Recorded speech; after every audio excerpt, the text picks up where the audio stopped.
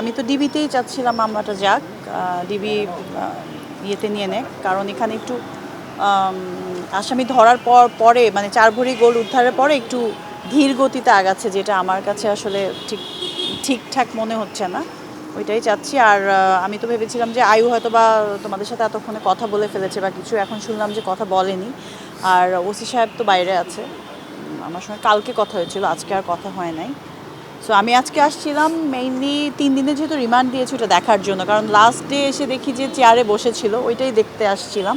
Shocking একটা news, কেউই নিশ্চয়ই চায় না তার মানে জীবনের এত কষ্টে অর্জিত সব মালামাল এভাবে চুরি হয়ে যাক। আমিও শকড হয়েছিলাম।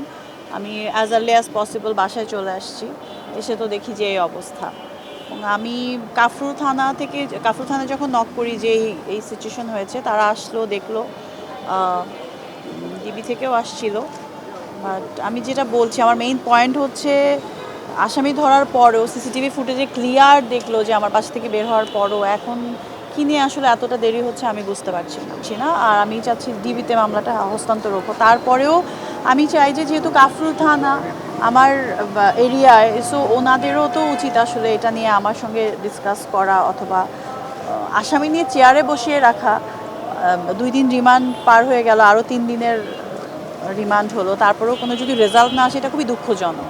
আমি বাংলাদেশের নাগরিক হিসেবে তো আশা করি, এটা হয় না দেখেই চুরি ডাকাতি এত বেড়ে যাচ্ছে। এটা এখন হাতের মোয়ার মতো ফিল হচ্ছে যে এটা তো নর্মাল, চুরি করাটা করা, এই মামলাটা খুব বড় হয় না, কিন্তু মানুষের তো সারা জীবনের অর্জনটা শেষ হয়ে যায় 1 ঘন্টার মধ্যে, 10 মিনিটের মধ্যে। এটা অনেক সিরিয়াসলি নেওয়া উচিত। যে সেল করে তাকেও ধরা হয়েছে, এবং তাকে আইডেন্টিফাই করার জন্য তার এরিয়ায়, সে যেখানে বড় হয়েছে সেখান থেকে লোকজন নিয়ে আসছে, তার বাবাকে ধরে নিয়ে আসছে। তারপরেও তো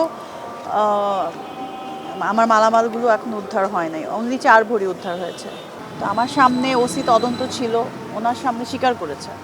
আম্মু আসলে ভালো নাই, সে মাত্র হজ করে আসছেন আবার। তো তার অস্ট্রেলিয়া যাওয়ার কথা, কিন্তু তার শারীরিক অবস্থা এতটাই খারাপ, সে আসলে ফ্লাই করার মতো অবস্থায় নাই।